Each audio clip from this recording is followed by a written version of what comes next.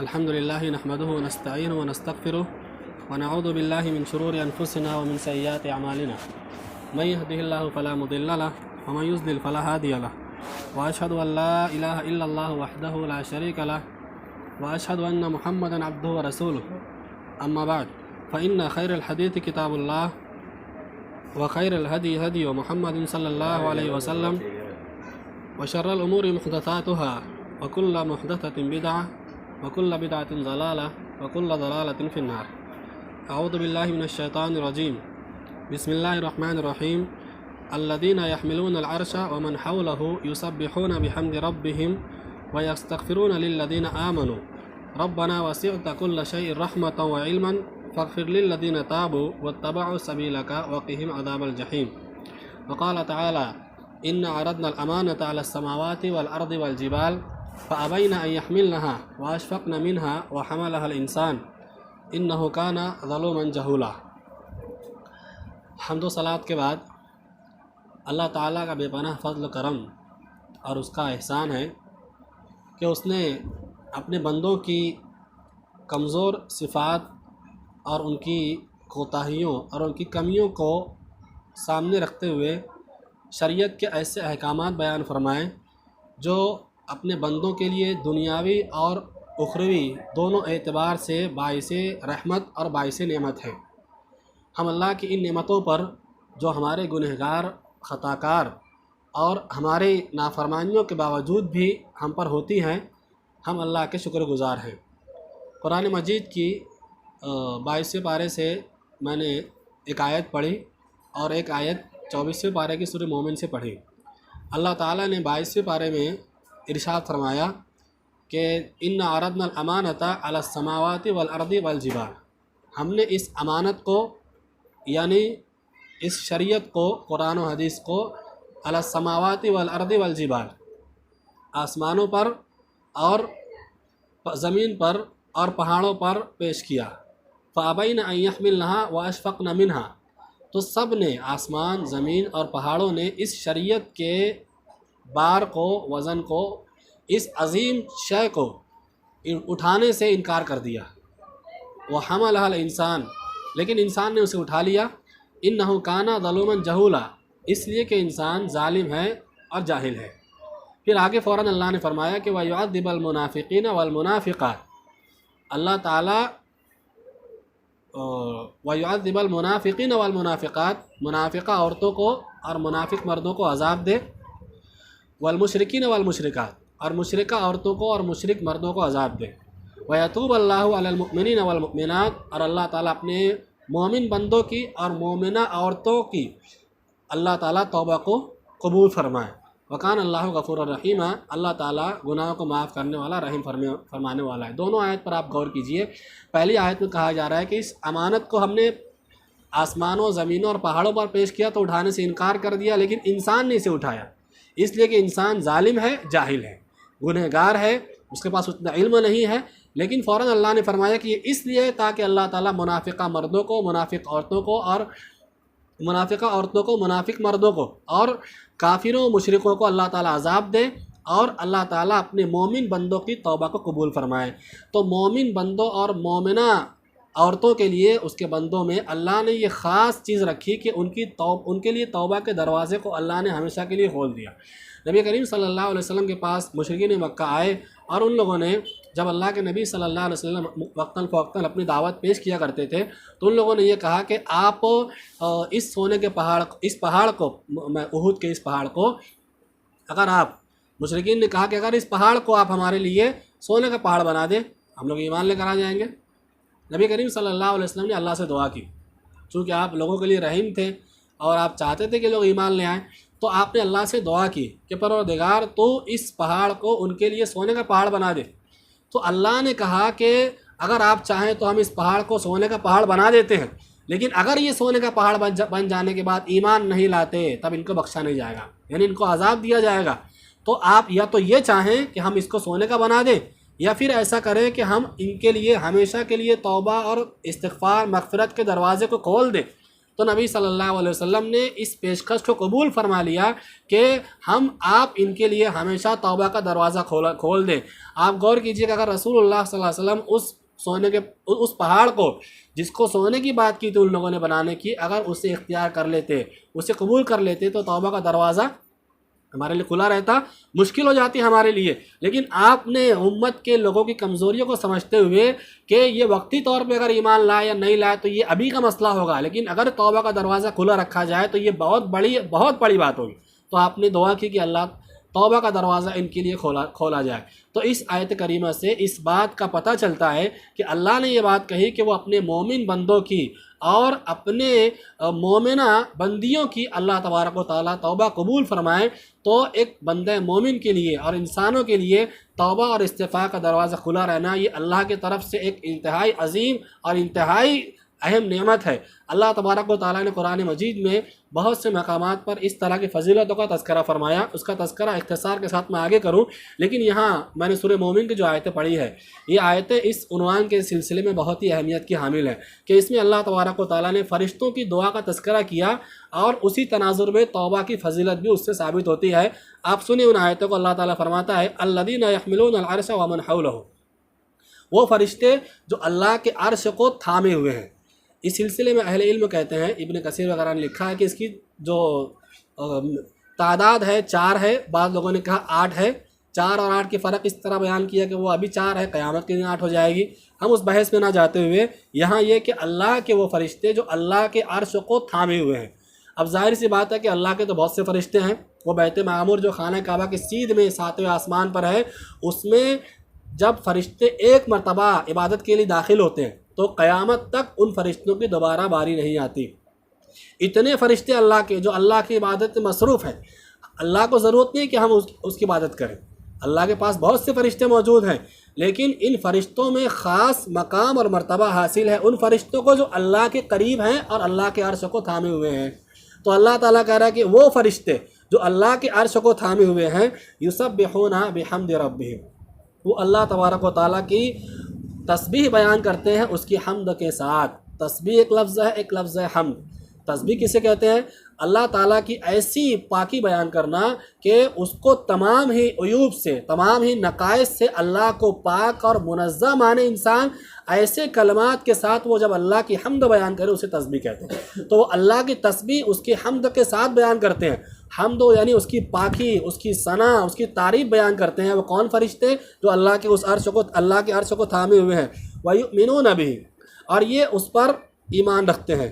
किस पर? अल्लाह ताला की ज़ात पर ईमान रखते हैं। वयस्तग़फिरून लिल्लज़ीना आमनू, और ये इस्तिग़फ़ार करते हैं उन लोगों के लिए जो ईमान लाए। फिर आगे कहा जा रहा है कि क्या करते हैं? इस्तिग़फ़ार के साथ साथ और क्या दुआ करते हैं?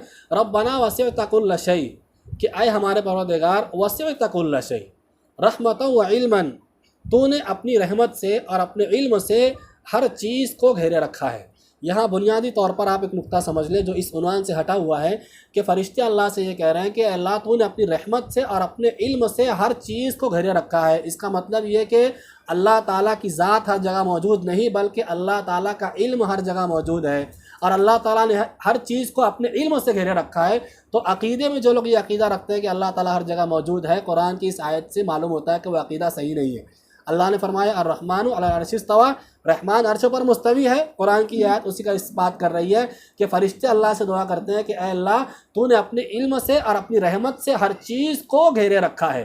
अल्लाह का इल्म हर जगह मौजूद है, उसने हर चीज़ को घेरे रखा है। अल्लाह की ज़ात कहाँ है? अर्श पर मुस्तवी है। ये सही अक़ीदा मालूम हुआ। फिर कह रहे हैं कि फ़ग़फ़िर लिल्लज़ीना ताबू, फ़रिश्तों ने अल्लाह से दुआ की कि जो इस्तिग़फ़ार करते हैं तू उन्हें माफ़ कर दे। अब यहाँ ये दुआ कर रहे हैं कि तू उन लोगों को बख्श दे जो तौबा करते हैं, तेरी जानिब रुजू करते हैं, अपने गुनाहों का एतराफ़ करते हैं, तुझसे बख्शिश तलब करते हैं।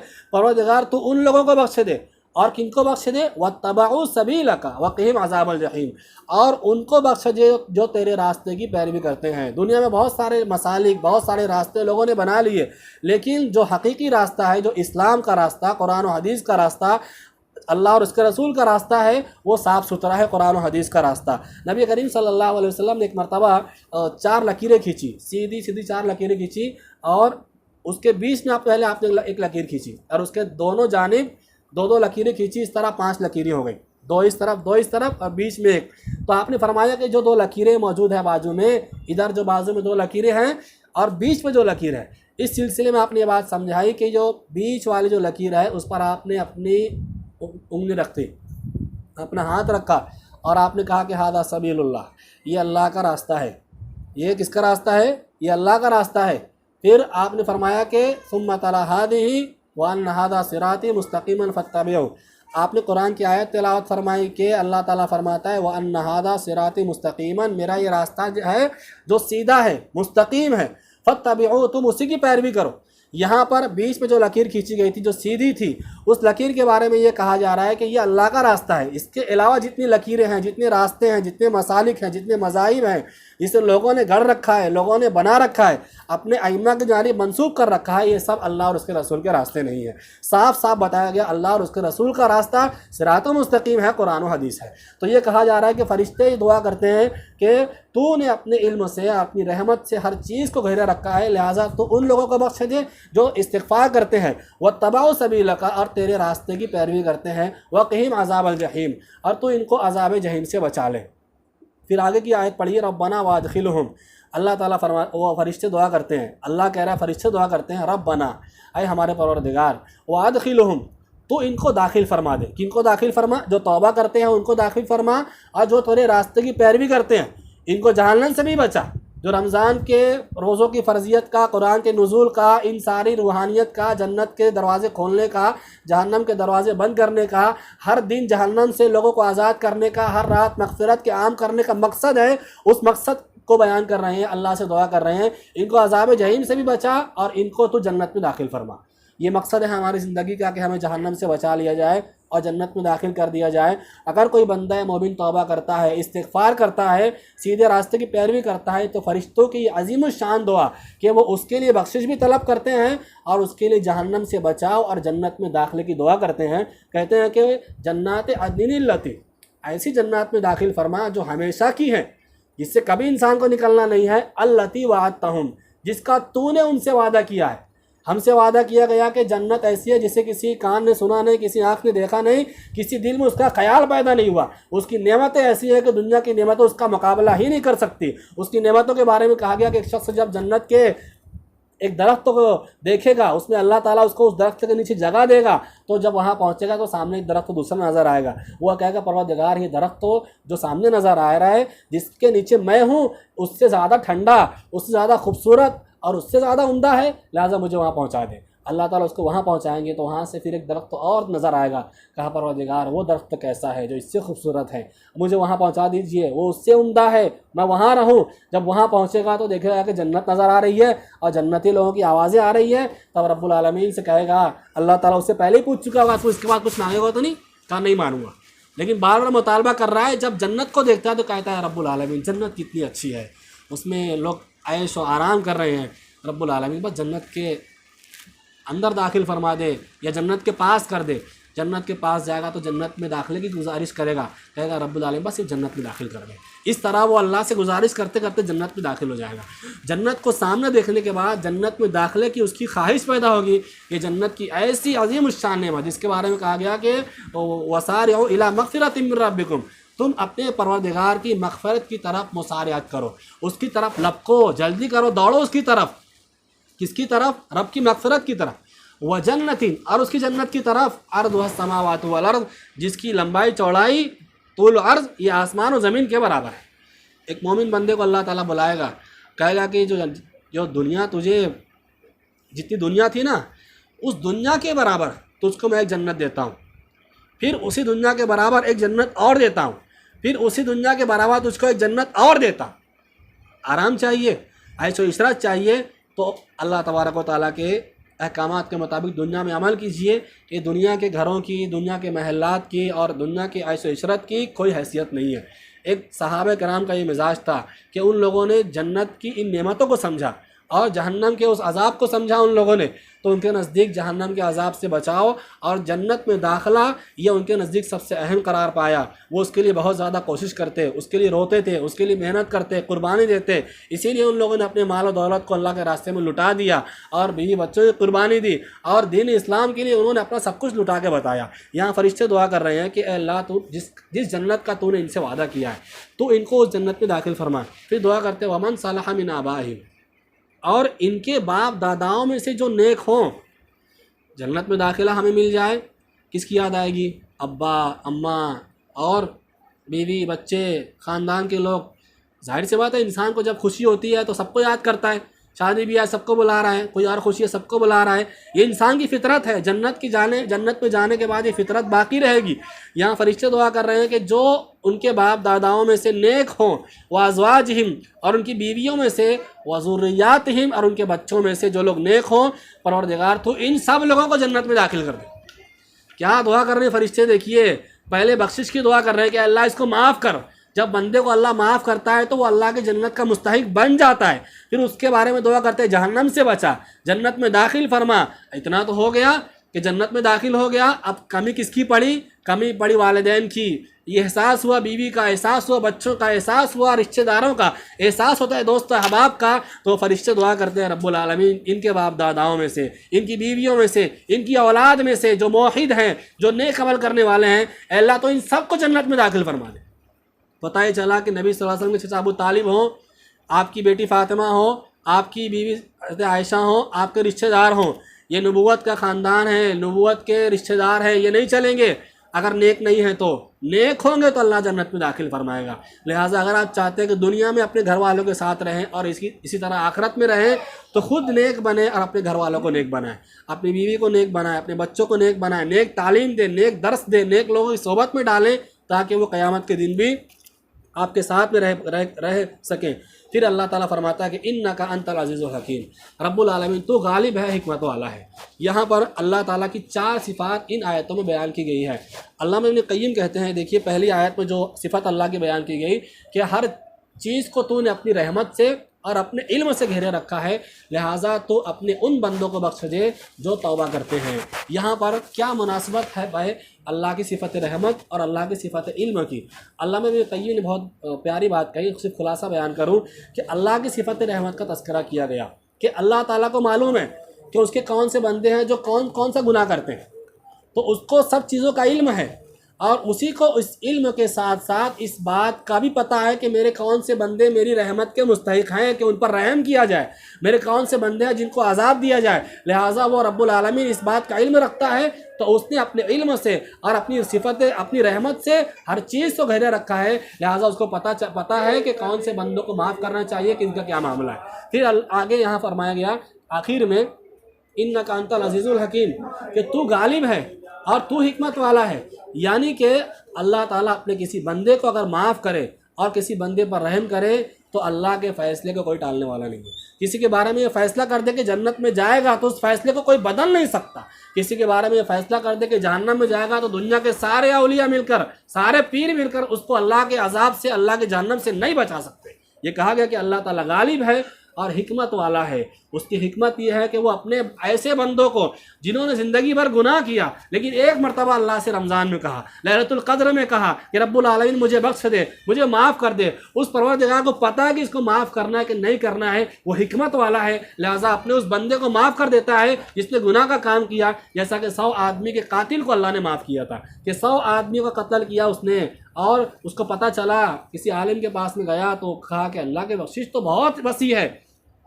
अल्लाह की मग़फ़िरत मांगने लगा, दिल ही दिल में अल्लाह से मग़फ़िरत मांगता है, उसकी उम्मीद रखता है अल्लाह ताला उसको माफ़ कर देता है। तो अल्लाह की ये रहमत है, उसकी ये बख्शिश है कि वो जिसको चाहेगा बख्श देगा, जिसको चाहेगा अजाब देगा। इसीलिए रसूलुल्लाह सल्लल्लाहु अलैहि वसल्लम अल्लाह से डरा करते थे कि जब बादल आया तो अल्लाह के नबी सल्लल्लाहु अलैहि वसल्लम घबरा गए और नमाज की तरफ रुजू करते हैं। आयशा कहती है अल्लाह के नबी सल्लल्लाहु अलैहि वसल्लम जब बादल आता है तो लोग खुश होते हैं, इससे बारिश का पानी होता है, क्या बात है कि आप घबरा जाते हैं, आपके चेहरे पे घबराहट के आसार हैं। कहा आयशा एक कौम ऐसी थी कि जब उसके पास बादल आया तो उन लोगों ने यही समझा कि उस बादल में बारिश का पानी है, बारिश बरसेगी, लेकिन आयशा उस बादल में अजाब था, लिहाजा मैं इससे डरता हूँ। तो ये डर की बात है कि इंसान अपने गुनाहों के अंजाम से डरे। यहाँ फरिश्ते आगे दुआ कर रहे हैं, दुआएं अभी ख़त्म नहीं हुई। वक़ीहिमुस्सय्यात कि रब्बुल आलमीन तू इन्हें सय्यात से बचा ले, यानी बुराई से बचा ले। कैसी बुराई से? वमन तक़ि सय्याती यौमइज़िन फ़क़द रहिमता, कि जिस दिन यानी क़यामत के दिन जिसे तूने बुराई से बचा लिया, फ़क़द रहिमता तो तहक़ीक़ कि तूने उस पर रहम किया, यानी उस पर रहम किया गया। वज़ालिका हुवल फ़ौज़ुल अज़ीम, और ये जो है तो ये बहुत बड़ी कामयाबी है। यहाँ पर जो सय्यात से बचाने की बात है उसका एक माना ये कि तू इन्हें गुनाह से बचा ले, लेकिन इसका जो एक माना बयान किया गया है, अल्लामा इब्न क़य्यिम ने जिक्र किया है कि नबी सल्लल्लाहु अलैहि वसल्लम दुआ किया करते थे खुतबा मसनूना में, क्या? व नऊज़ु बिल्लाहि मिन शुरूरि अनफुसिना, खुतबा मसनूना के बीच का हिस्सा है कि हम तुझसे अपने गुनाहों के शर से, यानी अपने नफ्सों के शर से तुझसे तेरी पनाह तलब करते हैं।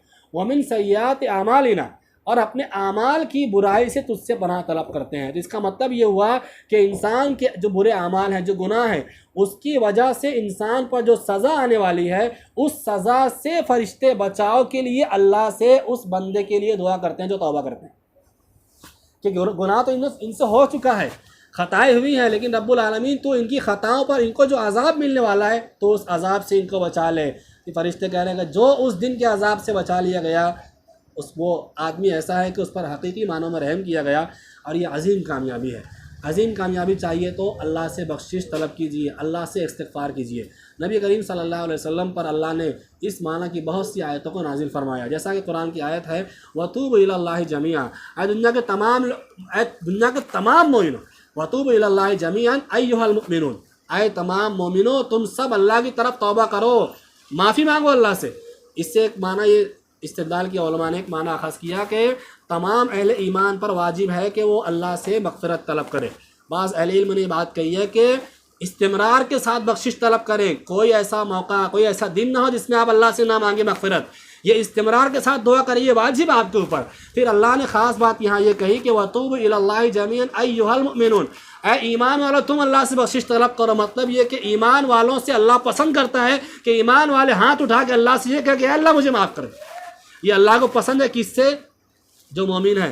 फिर अल्लाह ने फरमाया कि लअल्लकुम तुफ़्लिहून, ताकि तुम फ़लाह पा जाओ, दुनिया और आखिरत की फ़लाह और कामयाबी चाहिए तो अल्लाह से बख्शिश तलब कीजिए। नबी करीम सल्लल्लाहु अलैहि वसल्लम फरमाते हैं कि इंसान को अगर एक वादी मिल जाए सोने की तो वो ये ख्वाहिश करेगा कि उसको दूसरी वादी मिल जाए। इंसान की ख्वाहिश का पेट, इंसान के पेट की जो ख्वाहिश है वो उसको कब्र की मिट्टी भरेगी। फिर आपने आगे फरमाया कि अल्लाह ताला अपने उस बंदे के तरफ रुजू फरमाता है, यानी उसकी तौबा कबूल फरमाता है जो बंदा अल्लाह की तरफ रुजू करता है, यानी अल्लाह से मांगता है। अब यहाँ पर हदीस में क्या बयान किया गया कि इंसान की जो ख्वाहिशात है, दुनिया मिल जाए, दुनिया मिल जाए, इस ख्वाहिश का जो मामला है, ये पेट है, ये कभी भरता नहीं है, कभी नहीं भरेगा। जितनी नेमतें मिल जाए इंसान उतना अय्याश होता जाता है, उतना गुनहगार होते जाता है, उसके दिल में माल की ख्वाहिश बढ़ती जाती है। कोई बूढ़ा आदमी है 70-80 साल, पूछें कि आप इस्तिग़फ़ार कीजिए कहीं इस साल हो सकता है रमज़ान आइंदा साल आपको ना मिले, तो बुज़ुर्ग कहते हैं तू पहले मरे मुझसे, मैं तो 10-15 साल ज़िंदा रहना चाहता हूँ। ये इंसान की ख्वाहिश होती है। अल्लाह से मुलाकात इंसान को पसंद करनी चाहिए। दुनिया की ज़िंदगी क्या है? ये गर्मी, ये सर्दी और ये नशेब व फराज अल्लाह के यहाँ राहत का मामला है। मोमिन के लिए अल्लाह की यहाँ नेमतें हैं, तो इंसान को चाहिए कि वो अल्लाह से लौ लगाए।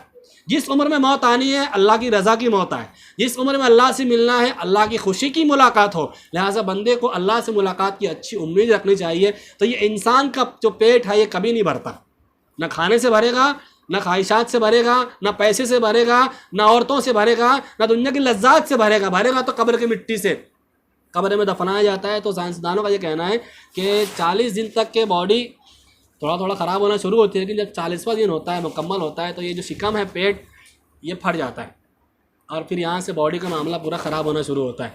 तो ये कब्र की मिट्टी में जाके जब फटेगा तभी भरेगा, यानी ख़त्म यही होता है मामला जाके।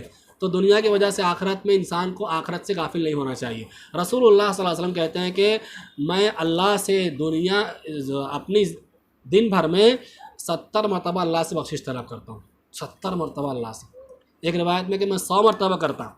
इसी रिवायत से इस्तिदलाल करते हुए अहले इल्म ने कहा कि रोज़ाना बंदों पर तौबा करना वाजिब है। नबी करीम सल्लल्लाहु अलैहि वसल्लम फरमाते हैं कि अल्लाह ताला अपने बंदों की तौबा से, बख्शिश तलब करने से उस शख्स से भी ज़्यादा खुश होता है जो किसी जंगल और बियाबा में होता है और उसके पास सवारी होती है, सवारी पे खाने पीने का सामान होता है, उसका सारा सामान होता है, और वो सवारी अचानक गुम हो जाती है। फिर वो सवारी को तलाश करता है कि वो सवारी कहाँ गई जिससे मैं सवार होकर आया था, जिससे मेरा खाना पीना था, लेकिन वो सवारी उसे मिलती नहीं है। फिर क्या होता है कि वो थक हार के दरख्त के नीचे सो जाता है। जब सोकर उठता है तो नींद में से अचानक क्या देखता है उठने के बाद, क्या मेरी सवारी मेरे पास मौजूद है, जिसको ढूंढ ढांढ के थक गया था। तो ज़बान से क्या कहता है वो कि परवरदिगार तू मेरा बंदा है, मैं तेरा रब हूँ। यानी खुशी में क्या कहना चाहिए उसको कि मैं तेरा बंदा हूँ, तू मेरा रब है, उल्टा बोल देता है खुशी के मारे। तो अल्लाह के नबी फरमाते हैं कि वो आदमी जो अपनी सवारी को देखकर खुश हुआ है, अल्लाह ताला अपने बंदे की तौबा से, बख्शिश तलब करने से उस आदमी से भी ज़्यादा खुश होता है। अल्लाह की खुशी और उस बंदे की खुशी में कोई मुमासलत नहीं है, लेकिन समझाने के लिए कुछ बातें कही जाती है ताकि इंसान समझ सके कि जब जंगल बियाबा में शेर, चीते, इस तरह की चीज़ें, रात में क्या होगा, कहाँ जाऊँगा, कहाँ रुकूँगा, परेशान होकर सो जाता है। जब सवारी अचानक है तो कितना खुश होगा बंदा। अल्लाह ताला अपने बंदे की तौबा से इससे भी ज़्यादा खुश होता है। नबी करीम सल्लल्लाहु अलैहि वसल्लम फरमाते हैं, मुसनद अहमद की रिवायत है कि रब्बी इन्नी अज़नमतु ज़ंबन, एक बंदे ने गुनाह का काम किया, फिर वो अल्लाह से कहता है कि रब्बुल आलमीन इन्नी अज़नमतु ज़ंबन, तो मैंने गुनाह का काम किया है, लिहाजा रब्बुल आलमीन मुझे बख्श दे, मुझे माफ़ कर दे। तो अल्लाह ताला उसे माफ़ कर देता है। फिर दोबारा गुनाह करता है, फिर वही क्या बात कहता है, इन्नी अज़नमतु ज़ंबन रब्बुल आलमीन, फिर मैंने गुनाह का काम कर लिया, लिहाजा तो मुझे माफ़ कर दे। अल्लाह ताला फिर माफ़ करता है। फिर तीसरी मरतबा फिर गुनाह करता है, फिर अल्लाह से कहता है रब्बी इन्नी अज़नमतु ज़ंबन, अल्लाह मैंने गुनाह का काम किया, लिहाजा तो मुझे माफ़ कर दे। तो अल्लाह ताला फिर उसे माफ़ कर देता है। फिर चौथी मरतबा गुनाह का काम करता है, फिर अल्लाह से कहता है कि रब्बुल आलमीन मैंने गुनाह का काम किया, लिहाजा मैं चाहता हूँ तो मुझे माफ़ कर दे। तो अल्लाह ताला फरिश्तों से क्या कहता है कि देखो तुम गवाह रहो, मेरे बंदे ने गुनाह का काम किया, उसने बख्शिश तलब की, लिहाजा तुम गवाह रहो, मैंने इसे माफ़ कर दिया। और इसलिए कि मेरा बंदा जानता है कि उसका एक रब है जो गुनाह को माफ़ करता है, लिहाजा जब जब भी ये गुनाह करता रहेगा, गुनाह करने के बाद मुझसे माफ़ी मांगता रहेगा, मैं उसे माफ़ करता रहूँगा। फरिश्तों तुम गवाह रहो, मैंने इस बंदे को माफ़ कर दिया। गुनाह होता है, इंसान की फितरत है, लेकिन इसके बाद तौबा और इस्तिग़फ़ार करना ये अल्लाह को इंतहाई पसंद है। जिस नबी ने आदम अलैहिस्सलाम से गुनाह हुआ तो तौबा की, इब्लीस से गुनाह हुआ तौबा नहीं की। ये फ़र्क मौजूद है दोनों में कि आदम अलैहिस्सलाम को आपस जन्नत में अल्लाह ताला दाखिल फरमाएगा और इब्लीस को हमेशा हमेशा जहन्नम का मुद्दा सुनाया गया। अंबिया किराम ने अल्लाह से बख्शिश तलब की, हज़रत यूनुस ने अल्लाह से दुआ की, हज़रत नूह ने अल्लाह से दुआ की। हर नबी ने अल्लाह से बख्शिश क्यों मांगी? इस वास्ते कि अल्लाह ताला को ये अमल इंतहाई पसंद है, जो बहुत सी हदीसों से साबित होता है। अल्लाह के नबी फरमाते हैं कि जो आदमी इस बात को पसंद करता है कि अपने नामा अमाल में कसरत से नेकियां पाए, सुनिए, कसरत से नेकियां पाए, उसको चाहिए कि वो इस्तिग़फ़ार करे। इसीलिए कहा गया कि इस्तिग़फ़ार करो। नामे अमाल वज़नी हो, नेकी का पल्ला भारी हो, तो जहाँ कहीं नमाज़ पढ़िए, रोज़े रखिए, दुआ कीजिए, वही दुआ में खुशखुशियत के साथ अपने गुनाह का अल्लाह से एतराफ़ कीजिए। हज़रत यूनुस अलैहिस्सलाम ने मछली के पेट में क्या कहा था? पहला पानी का अंधेरा, फिर मछली का अंधेरा, फिर मछली के पेट का, उसकी झिल्ली का अंधेरा, वहाँ से अल्लाह को पुकारते हैं, ला इलाहा इल्ला अंता सुब्हानक इन्नी कुन्तु मिनज़ ज़ालिमीन। अल्लाह तेरे अलावा का कोई माबूद नहीं है, कोई इलाह नहीं है, मैं ज़ालिम हो गया।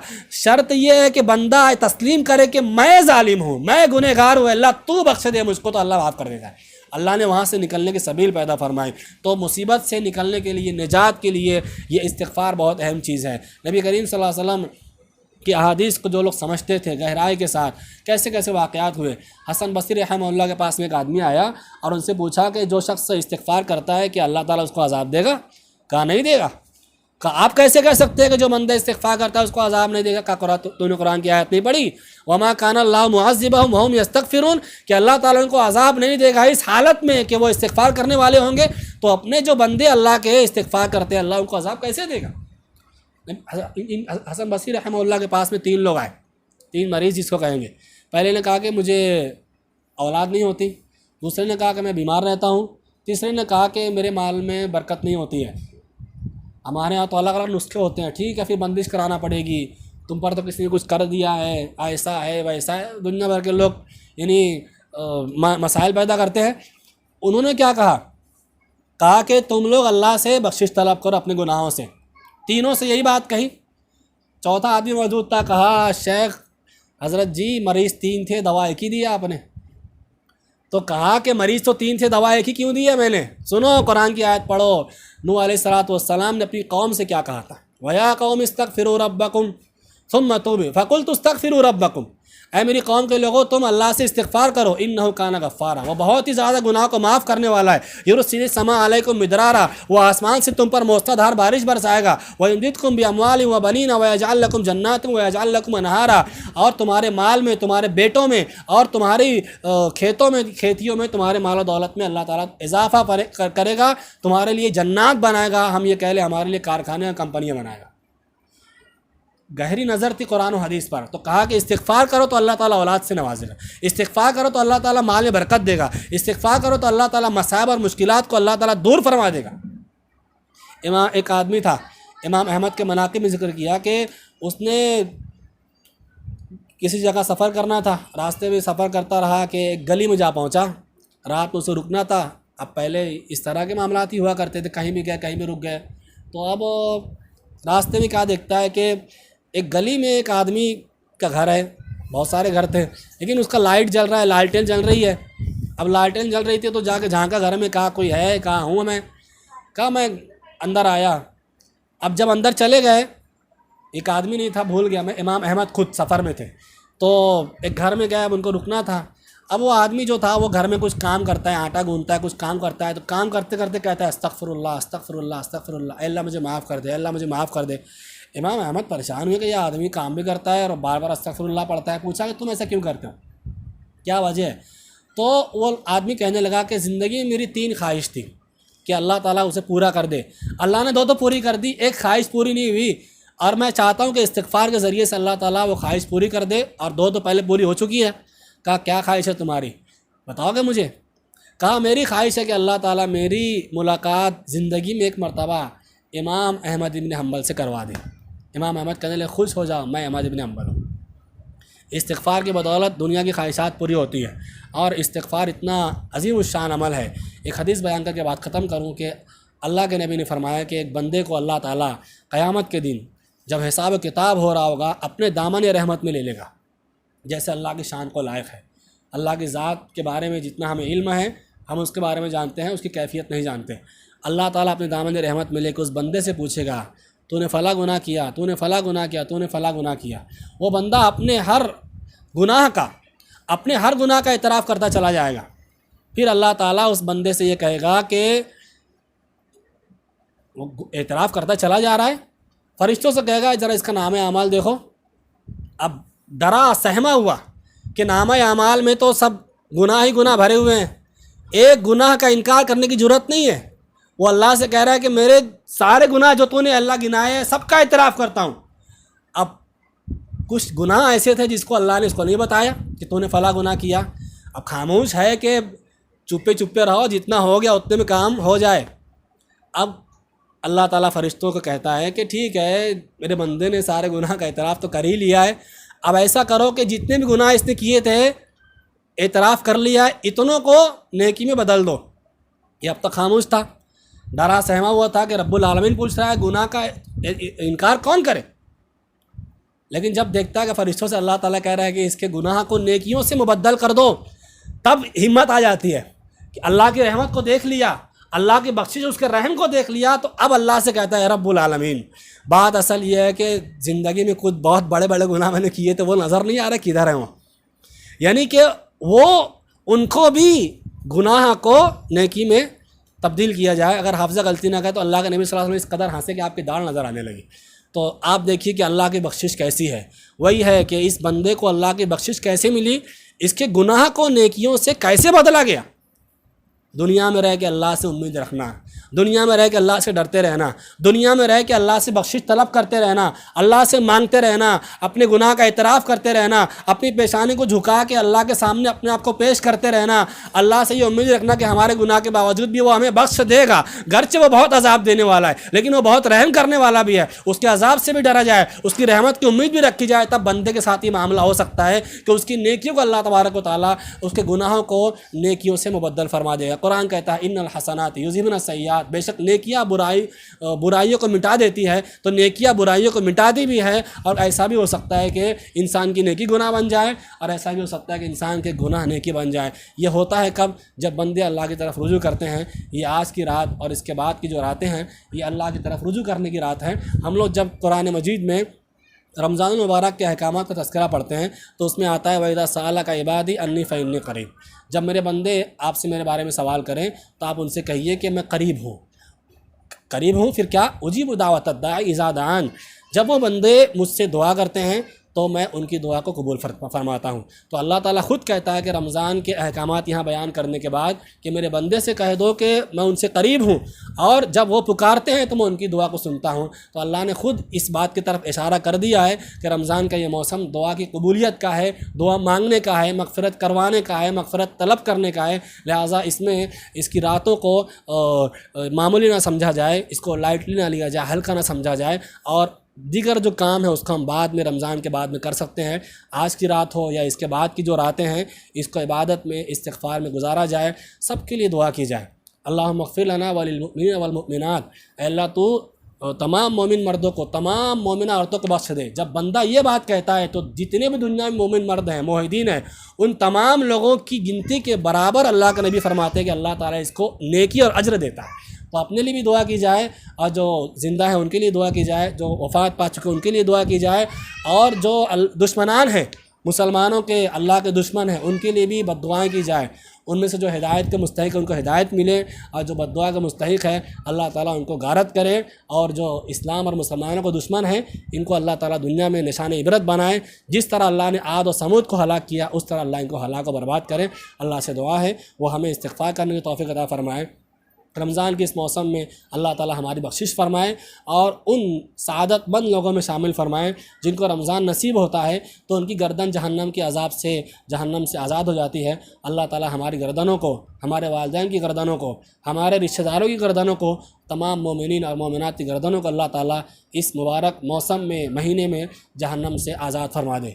जो ख़ताएँ गलतियाँ हमसे हुई हैं, चाहे वो कस्तन अमदन हो या बगैर जाने बूझे हो, अल्लाह ताला सबको माफ़ करे और क़यामत के दिन हमें नेक लोगों में, सआदतमंद लोगों में